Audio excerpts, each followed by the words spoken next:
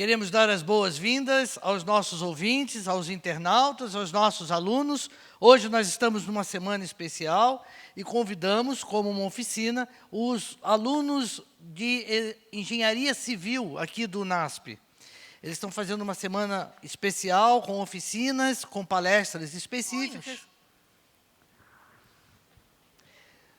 Então, quando a gente fala de políticas públicas associado a Spinoza, eu tenho que pensar exatamente nesse padrão.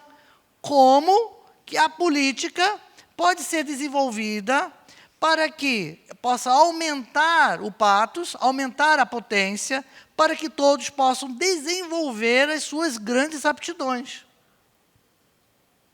Então, necessariamente, você não precisa ter uma formação acadêmica, você não precisa fazer uma faculdade, você pode fazer vários cursos.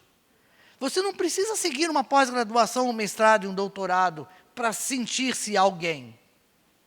Você pode desenvolver suas aptidões diante daquilo que você tem como aumento de potência, percebem? Então, na Europa, isso é muito comum. Alguns não potencializarem uma universidade, mas potencializarem especializações, especializarem em trabalhos específicos, em estudos técnicos, porque muitas vezes é isso que vai aumentar a minha potência. Então, na realidade, a política é isso, eu desenvolver aptidões para que as pessoas possam aumentar a sua potência.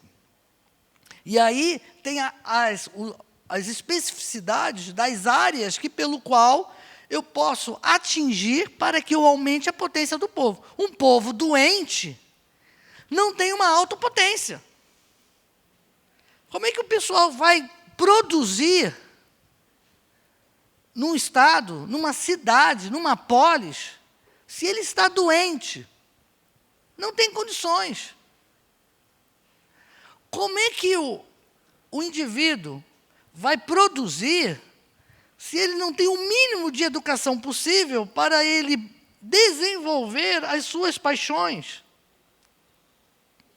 Por isso que, quando a gente fala de políticas públicas, a gente fala em educação, a gente fala em segurança, a gente fala em saúde, a gente fala em moradia, percebem? Porque isso dá condições do indivíduo ser o sujeito da sua própria história, e não vítima da história. Com possibilidades dele desenvolver. Claro que isso não é obrigatório o indivíduo se desenvolver, mas isso dá condições a ele se desenvolver. Então, agora, vamos juntar as políticas públicas e a ética profissional. Ora, mas automaticamente eu tenho que ser para poder aumentar a minha potência e interagir com as políticas que foram desenvolvidas a partir do Estado. Quando eu associo essas duas relações, eu cresço substancialmente. Esses dias eu escutei um comentarista perguntando o seguinte: como que o povo que não tem uma educação, não tem uma estrutura, e nós estamos num baixo contexto educacional, um dos piores do mundo, como que o povo vai analisar se um fato é falso ou verdadeiro? Senhores, pela pesquisa, uma grande porcentagem do brasileiro não sabe ler. Ou se sabe, não consegue entender o que lê. Não consegue entender um livro. Até lê, mas não compreende. O nível de interpretação é baixíssimo.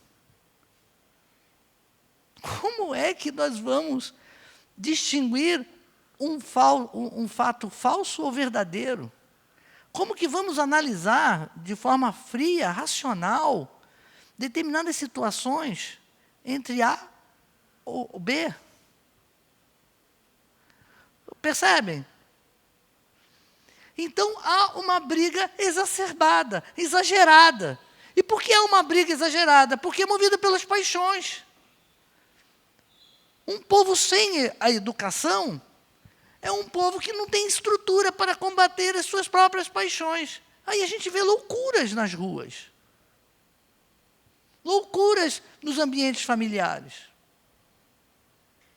E aquilo que é devido às políticas públicas deixa de ser. Então, senhores, para nós começarmos a pensar a respeito de políticas públicas e de uma ética profissional, é muito importante, é sumariamente importante, que a gente comece a pensar numa ética para eu viver, para eu experimentar, para eu viver. A experiência, a vivência de uma ética faz com que eu tenha um profissionalismo adequado.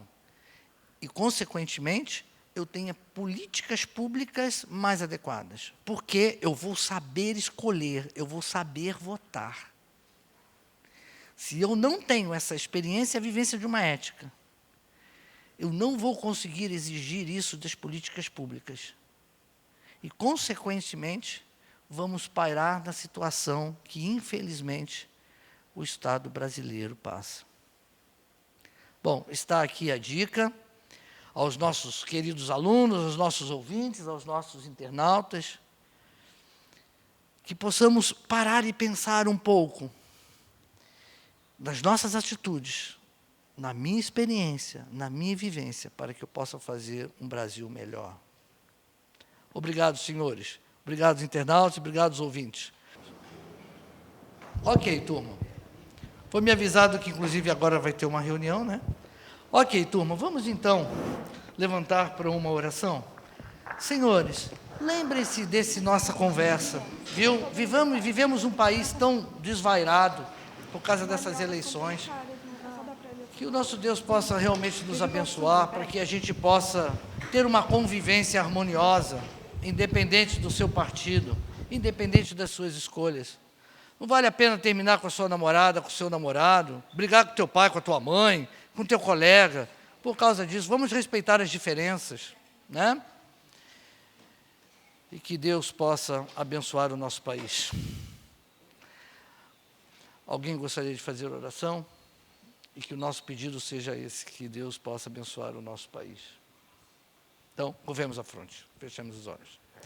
Querido Deus, amantíssimo Pai, hoje a nossa conversa foi sobre ética profissional e políticas públicas. Que o Senhor possa nos ajudar a mudar a nossa natureza, porque precisamos ser éticos. E, querido Deus, hoje nós temos um pedido muito especial a fazer.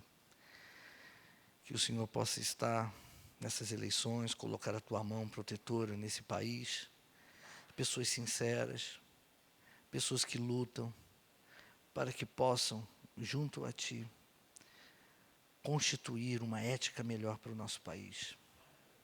Fica conosco, tem misericórdia de todos nós. E é em nome de Cristo Jesus é que nós te pedimos e te agradecemos, Senhor. Amém.